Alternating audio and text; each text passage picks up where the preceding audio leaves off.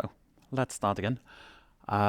So now we are changing topic from the actual image processing into how you should handle your code and how to work with the code. It's maybe by many thought of us a boring topic, but it's really useful in order to keep your code straight. And I already talked last week about, no, at lecture 8 even, about repeatable workflows. And there I showed some of it there, but now let's look into what the repeatability actually requires from a code. So one thing is that it's testable, so you really can test what it's doing before you actually run it on the big system. It's very helpful if you have a tracked history, and with that means that you have a system that can keep track of. And nice is if you're working in a team that is even reviewed, that you're not just sending things to the repository without any further thought. And finally, also that it is documented. Last thing is that bugs, they exist. They probably can't be avoided. But if you notice that you have a bug, you should have a way to keep track of them. And there are even bug tracking systems like Issue Manager or something like that. It's even an integrated part in the repositories that you can have online. And what we need is to use a repository that is like a database with a history of what you have done. And using automated tests, that is a special kind of code that actually tests your code. And finally, if you want to have a big system, not necessarily maybe for a master project, but if you're working in a research team with more people using the same code, it actually makes sense to also have a build server.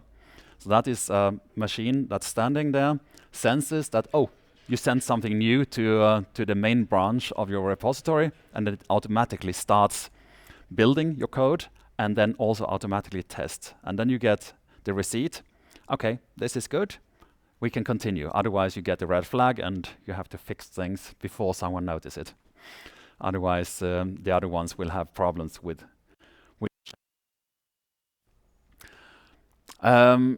Also, how to structure and organize your code. We have in this course mainly used Jupyter notebooks. They are good for prototyping, but they are not good for structuring and maintenance. I see even my own notebooks, there can be a chaos when I'm starting doing prototyping. I'm trying this one, trying that one. I have 5 different versions of the same thing, more or less, and trying this or that. The idea is that instead you put all the functions that you know work into a separate Python file that you import. So then you can do something like you have put your files into a file called, for example, mylib.py, and then you can do import mylib, and then you can use those as any function you import from the other packages. This makes it easier to share what you have done. If you send someone your notebook with all its chaos, they will have a hard time understanding what you have done. The other thing is also these Py files are much easier to. And if you're working with this kind of that you have these Py files, you can every time you change it, it doesn't automatically come into the notebook. Not even when you rerun import mylib. So what you need to do is to use these lines to make sure that it actually is updated. So that would be import lib, and then reload and your library. With that, you are sure that you have the latest version. Until you realize that you need to do this, it's quite annoying because you think, oh, I changed it, but it doesn't work. But once you have that in your notebook, everything is fine. Next thing is also the documentation. And our documentation is yet another thing that is so boring to write. But it's good, because when you look at your code today, you understand what you did. You know certainly what you did. If you look at your code in 2 weeks, you don't know it anymore. So then you have to open up the file where you have the code and see, okay, I had those and those parameters and they did something. And instead, if you, for each function, add a doc string in Python, for example, then just after the function definition, you just add 3 of these apostrophes, and then you write description. For example, here, makes fantastic calculations, parameters, takes a value, and you describe what that does. And then you say what it returns, and you can even add here which data type it is. Not necessarily, but you can do it. That's up to you how you document it. And if you would execute this, I even tried here. So if you would execute this, you would get, when you type help, fancy function, it writes out all this text, and you see clearly what you are expected to add in your function. That saves you time when you come back to your code later.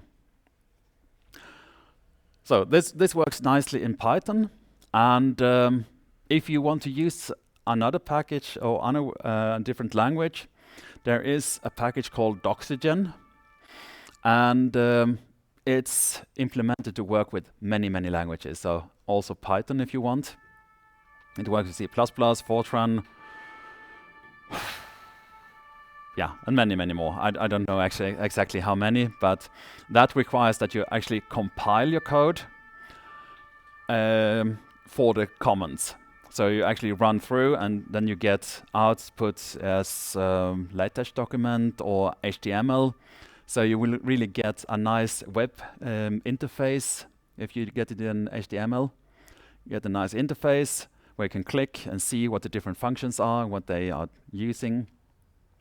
And some of the code editors, they even recognize the Doxygen formatting, and if you just hover over a function, you get the whole documentation directly. So it's a good thing to actually add that in your API. And yeah, myself, I try to do it as much as possible, but I'm by far not in my code base full coverage of the documentation. The next thing is, I said it can be tested, and then we are introducing something called unit testing. And when you write code, you can write it into, say, well-defined small modules units that has a specific task. And this task you can test. So you give it some parameters, and you check what the output is. And in principle, what the unit testing framework is doing is just giving you some of these testing functions. So, for example, compare output, sorry, output from your function with the value that you expect, that you tell that it should be. And it is also kind of a documentation how you can use these functions, because you can see in these examples, really straightforward examples of how to use these functions that you have defined. And unit testing you can do in quite many languages, so even in some languages it's even integrated in the language definition itself. And in other cases you need to take some kind of unit test library.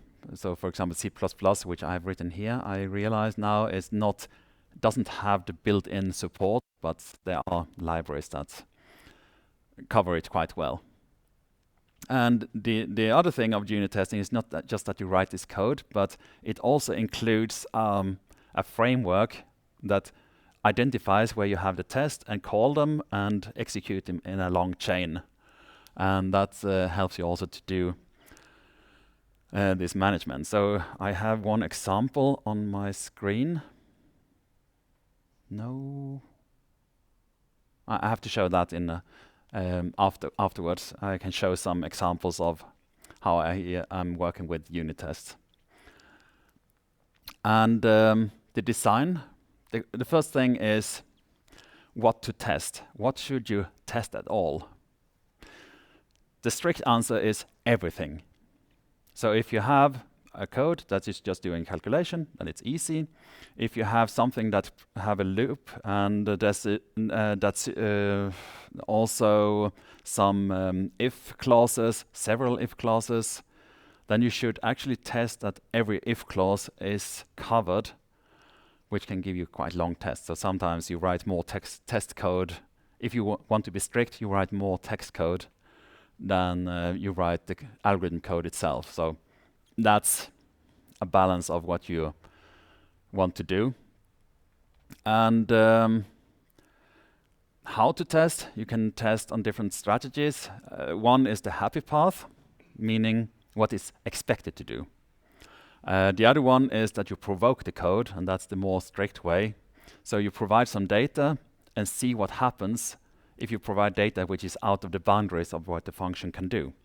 So that would probably be that it throws some exception, and you should test that it's actually throwing an exception if it's given the wrong information.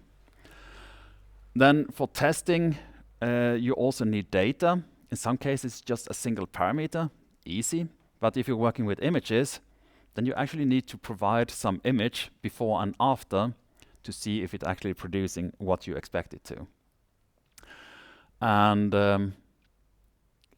it can be actually quite difficult if you're starting working with complex algorithms with differential equations, etc.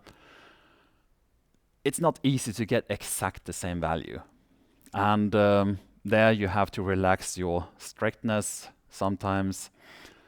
You have to find a pragmatic way to work with the test data. But sometimes you can just make a little mini image, like 10 by 10, and that's enough to do at least some test. And the usefulness of unit testing is as good as you define your tests. Write quite sloppy tests, it doesn't really check what coverage you have. And one good thing about having unit tests is that if you have a larger library and change something in the fundamental code, the unit test will grasp that maybe in a completely different other corner of your libraries, because there it may deliver some different values, and then a test fails there because you had something that didn't work over there. So it's a good way to make sure that your system is stable when you make changes. So here are some examples how to do the unit testing. So we have some function which count voxels in an image, and we write some tests. So the first test is here. If you have an empty 2D image, count voxels of a 0 matrix should be equal to 0. And the test word, or the keyword is here, is assert. Next one, we have an empty 3D, then count voxels should be equal to 0. And here we test diagonal, so we have just ones in the diagonal and zeros otherwise, and then count voxels should. And if all these are through, then we should be happy. So it's quite simple things, small things, the unit tests, but they are really helpful to find troubles in your code. You can even use them to test that your algorithm is working while you're developing it. So here we have some algorithm that we have built up. We have our shape analysis, and all these pieces here could be testable objects. And once we have tested all of them, we are sure that it's actually doing the right thing. You actually always should, even if you're not using unit tests, that you test on small projects.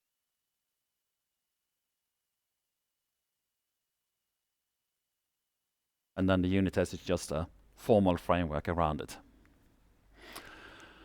In Python, there are different ways. There is one package called PyTest, so a little more rigorous how to do. It's more suited for large projects, and you can write nice specific tests for each module that you have written, and then you can run this every time you have changed something in the project. The idea with unit tests is also that they should be small. They shouldn't take 3 minutes to execute. It's just a few seconds each test, because you will run maybe hundreds of small tests, and then you don't want to wait the whole day to get the test result for the whole system.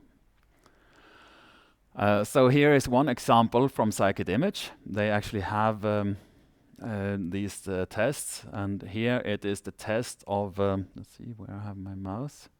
There it is. So here is the testing the watershed, and first they create some test image. So it appears it has now mainly zeros, and then there is a ring of ones. And what it wants is to find, we have a region here which is called 1, apparently. And that should be the output. And no, here we have the expected output. So you have the test data and you have expected output, and then it computes the error, so difference between expected and output, and it tests if error is less than some epsilon. So here we come into the uncertainty of image processing algorithms, that it's not always you get exactly the same thing. So we test if we are below some accepted threshold. Another one is hysteresis testing. And here we have again some tests, and these tests are written here as a part of the documentation again. And we have an image looking like this. We have 1, 2, 3 somehow, and then we apply the hysteresis threshold with two levels, and we see what the output is. And this test is actually already finished when it reaches that the output is matching exactly this value that it comes out, that is written here. So how can we do tests in Jupyter? It's not that easy. Usually you want to have some test file that looks at a Py file, but we can also do it within in the Jupyter notebook. For that, we need to write a little special support function called autotest, which calls the doc test facility. And then it looks like this, that we have this autotest helper function with the @ sign before. And then we define our function, which is add5. The doc string with the tests, we describe that it adds 5, and here with these 3 greater signs, we call the function add5 with a 5, and the expected output should be 10. So if we run this cell, we should get here trying to add 5 and expect 10, and it tells us it's okay. So if we would change something in this line, so for example, saying we got 1 instead, execute, it says, okay, sorry, need to define that one. And we run it again. Then it says, okay, we failed in this, and it expected 1, but we got 10. And if we get this kind of error, it tells us, okay, we have to look into what was wrong. Was it a test, or was it the output of the function? In this case, it's actually the test, so we need to fix that. And when we run it, we get okay. This is, of course, always the criticism against unit tests. You write twice the amount of code and you have two sources of error. But in the end, I think it's very helpful. And here's another example where we look at labeling.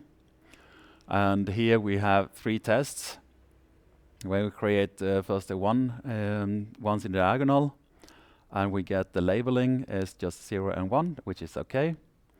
And then we replace the middle one with the 0, so we have 2 groups, and then we should expect that we get the 2 labels 1 and 2, and apparently the function is doing what it should, so we are happy. You can also do unit tests in other languages. So we have in MATLAB, there is a unit test framework, if you want to work with that. I hope this link still works, because I haven't updated it a while. And then for C++, there is actually quite many different framework for doing unit tests. I think the most popular one is Google Test. And then there's one for the library called Boost, also has the Boost test. Personally, I'm using Qtest, which is part of the Qt GUI framework. And as I used a lot of GUI programming with Qt, somehow I just fell into working with the Qtest. So that's what I'm using. This is then managed together with using the C-test from the CMake library, and those together give you a quite nice framework. And that CMake compiles the code, and then afterwards you just run C-test, and it goes through, knows about all the tests and runs them through, instead of running each one manually yourself. The ultimate unit test workflow is that you do test-driven development, which is unrealistic for scientific application. But for full software development, then you get a bunch of requirements from marketing. You write first the unit tests according to the requirements, and then you have to write the code to actually do it. This is usually not happening in scientific projects, even though sometimes it could be beneficial to have it like this. But yeah, it's the way it is when you try to have your results within time to get the publication, or to get your work done in time for some presentation or anything.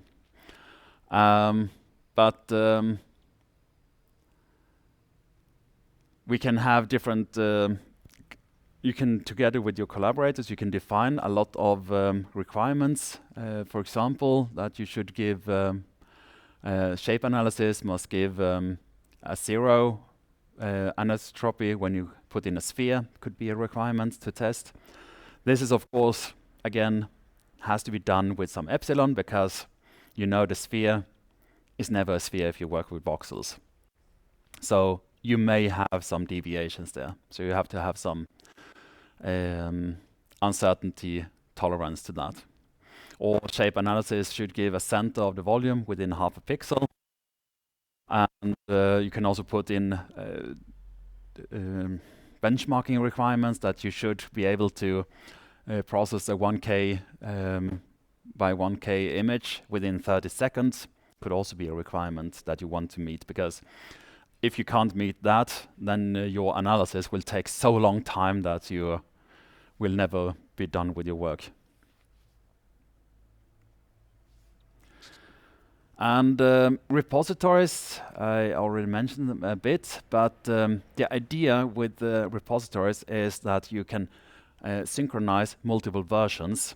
So it's not only that you have a history of a single line of history, but you can actually develop branches, and every time you go into want to change something, you start splitting off a branch and you do your coding, and then afterwards you synchronize with the main, and then once you are sure that it's actually working again together with what the other people have done, then you can put it back in the main branch.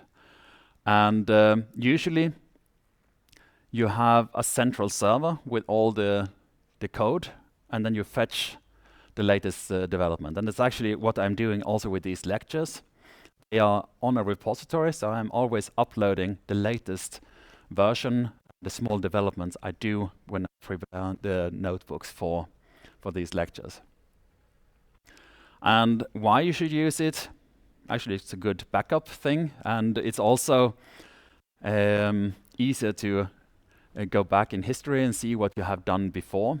And if someone asks what you did when you published something, you can actually also go back and check, okay, the code I did used for this processing is on this and this level, and then you can actually reproduce exactly what was done. It also makes bug tracking easier, because if you have a bug, you do some changes in your code, and that affects something else, and then you can go back in your history and see, oh, I changed it here. And then you can go back and see what was the reason that it doesn't work anymore. And then, of course, if you work in a team, it's much easier, because everybody can work separately and then afterwards merge together, and they are not interfering with each other. If you would just have your code on a single place and everybody are hacking into it, that will probably end up with a lot of fighting among the team, because everybody are blaming everybody else because something is not working. So it's much easier to work on different branches when you work in a team. There are different repository frameworks, and today I think the two most used are Git and Azure. Git is mainly used for open source development on Linux, Mac platforms. And Azure is provided as a part of the Microsoft infrastructure and Visual Studio environment. Then some older repository types are Subversion and CVS. I think they are phasing out quite much. You see here, CVS is almost out since more than 10 years. Git and Azure, they are both rising. And I think by now, Azure is probably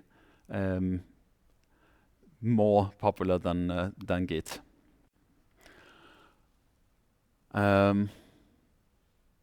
I haven't tried it myself, so I don't know really how it works, but Git is quite nice, actually.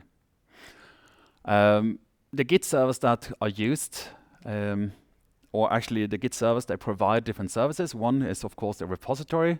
The other one is issue tracking, and the third one is project management. So you can have a system where you have tables, where you can say, these are the issues I want to handle in this work, and then you can move them as in progress and finished. And that is the so-called Kanban table, where you have these tables of different issues. There are some different Git repositories out there which are free, or there are also paid services under them, but GitHub is probably the largest one. Then there is GitLab and Bitbucket. And all they provide some open access, and then depending on if you pay, you have more services added value. I think GitLab is probably the one that is used at many universities. And for example, here at ETH, there is the ETH GitLab, where you can actually start your own repositories with as much private as you like. And that is actually the thing with GitHub, that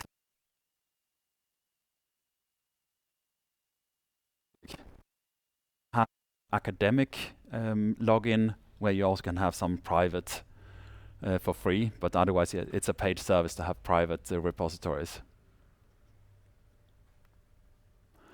And the workflow when you work with the repository is that I said you can work with a single branch, Then it's just like a backup server with comments. And actually, the best way is to work with multiple branches. And here you see an example. I think that was during time before release. I had quite many branches that I tried to bring together in one place.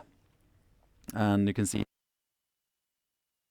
I split off a new branch, working on it, and then at some point I do first I merge it with the main branch, and then afterwards I bring it in back to the main branch together. So with the issue handling, I'm usually having several branches active at a time and then switching between them depending on which task I'm working on. And ideally, you should never commit anything to the main branch without having it tested and reviewed by someone else. That's easy to say, particularly the review thing. If you're working alone on a project, you have to review it yourself, so you need to know what you have done. But otherwise, it's always a good strategy that you go through the changes together with someone else before you bring it into the main branch. The next step, if you have repository and unit testing, is to also do continuous integration. That means you have a server that senses whether you have committed something new to the main branch. And when that is done, then it triggers the building of the system, compiles it on a completely different system than your normal one. And then it also runs the unit test. And if everything is okay, you get a green flag. If there is a problem, you get a red flag. You can see in this case here, there were some troubles. So first I had 2 red ones, and then I got the green one. So this is quite well once you set it up. It's not that straightforward. I write here that I used them for the QBI course. I did a couple of years. I didn't have time to set it up this year. But the idea was that every time I commit something to the repository, that it would also build a PDF of the lecture notes. But this year I didn't have time to set it up, unfortunately. And there are some different of these services. So there's Circle CI, Travis, Jenkins. GitHub even has its own service, but that is also a paid service. So you have some credits, and when you have used them, you cannot build anymore until you pay more. So yeah, so that is what is available. So that was the end of today's lecture. I can actually show you, if you want, that will be quite technical. If you want, I can show you a little bit how I do it with my C++ code. If you like to see it, but that's up to you.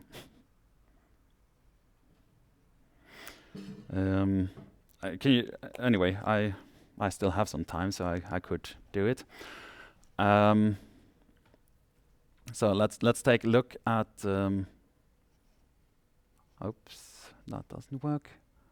I just need to move in here and.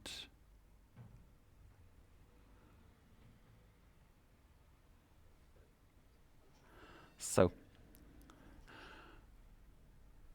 for example, I'm using a framework based on Qtest and C-test, and that is within the build framework of CMake. And I just want to make it a bit larger. So here you can see I have done a lot of tests. So calling them is easily done just by calling C-test, and then it's running it. And you can see every test is usually less than 1 second. Some takes a little bit longer because there are larger images in it. And what it's testing is sometimes algorithms, sometimes just the interface of the functions. And you see here some need a little bit more time, others not. And looking at the history, you can see here that one was even working with testing the threading of the system. So all of a sudden, all the threads went up in the top. And yeah, here you can see also the timing of each. And if one test would fail, then I would get a report. It failed on that line in that test. And then I can go in a log file and see, okay, now I know where to look for the debugging. And the next one would be to look at what one test looks like. Again, I need to make it a lot bigger. And this is, oh, that one I can close. So this test is for thread pool, and it's object-oriented programming. So I have a constructor that I'm first testing what's happening when I start this object. I start a thread pool with a certain number of threads, and then I compare what is the pool size, what is the queue size, and so on. And in the initial case, it should be just zeros, and then when I run, something will happen. And the typical procedure here is that you have some compare function, assert or whatever, and then you have here the functions you want to test and which outputs they give. And yeah, then it goes on filling the task list. So here I give it something to do. Dummy calculation actually, but anyway. And then I see if the number of tasks is the same as the number processed is the same as the number of submitted, and apparently this works fine because the test didn't fail. And then some processing, making sure, okay, here I also do a benchmark, so you can see here that the timing is okay. Or actually you can just see that it does some timing. I don't think it actually counts how long time or tests on how long time it takes. It's just it measures how long. And in this framework, it's even that if you have very short functions, then it calls them until it gets sufficient statistic for giving some timing information. Yeah, and then that's it. So that is a simple test. So you set it up like you have a function, a class here, which has all these test functions, and then it's doing what it should. And this is the shape of how a unit test would look like under C++. And if you would use the PyTest from Python, you would probably set up the whole system in a similar way. I haven't done many unit tests in Python, so I don't really know how it works there. Yeah, so that is what that example looks like. Another thing I can show is also the issue handling.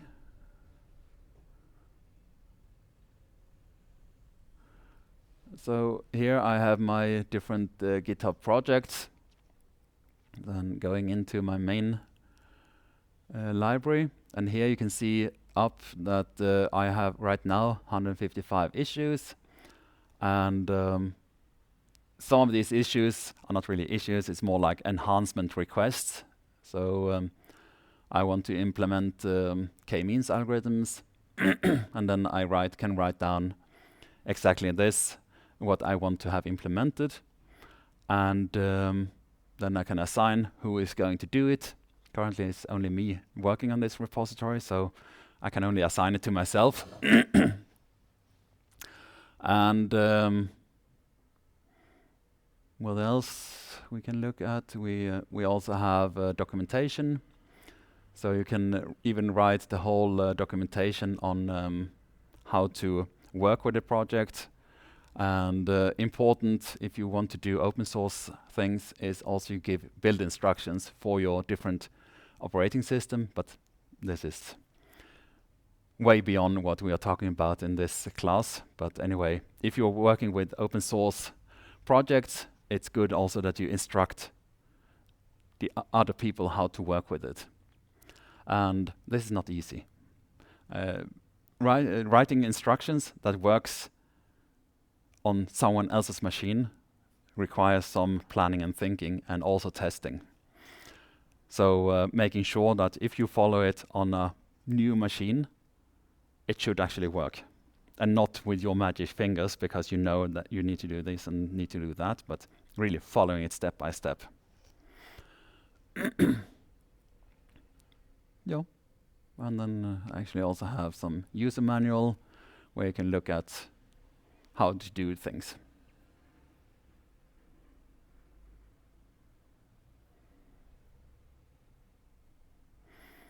I think that was it. And you can also see here you have different, you have the main branch, and you have, in this case, in this repository, I've been working on it now for 7 years. Meanwhile, I have 100 branches. Most of them are inactive or even closed. And here it's called master. For political reasons, it has been renamed in nowadays at GitHub to be main. Yeah, but I did it before, so I got master as default.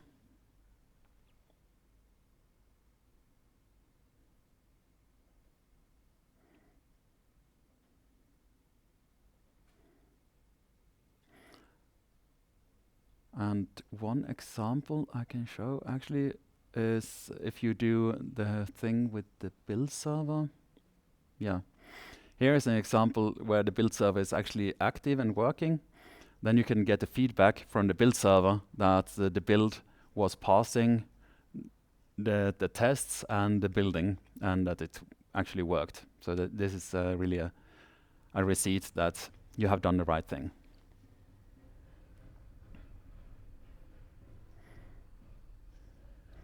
Yeah, that was all for today.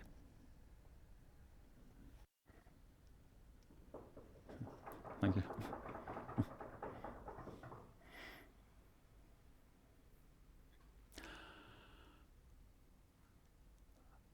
Next week, I'm going to talk about